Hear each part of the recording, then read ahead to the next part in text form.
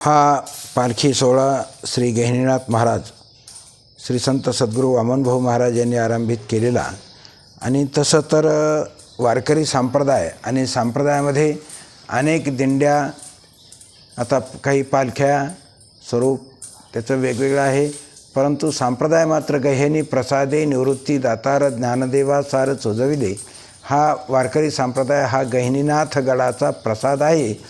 तेव्हा ही संप्रदायाची मूळ पालखी दिंडी जी आहे ती इथून, जसं ज्ञानोबा म्हणाले की बा माझ्या जीवीची आवडी पंढरपुरा नेहन गुडी, हा आदेश आणि संदेश हा श्री गहिनीनाथ महाराजांचा, म्हणून एवं गुरुक्रमे लाधले, म्हणून याप्रमाणे आमची ही गुरुपरंपरा आहे असं श्री ज्ञानेश्वर महाराज म्हणतात। म्हणून हा 14 तारखेला उद्या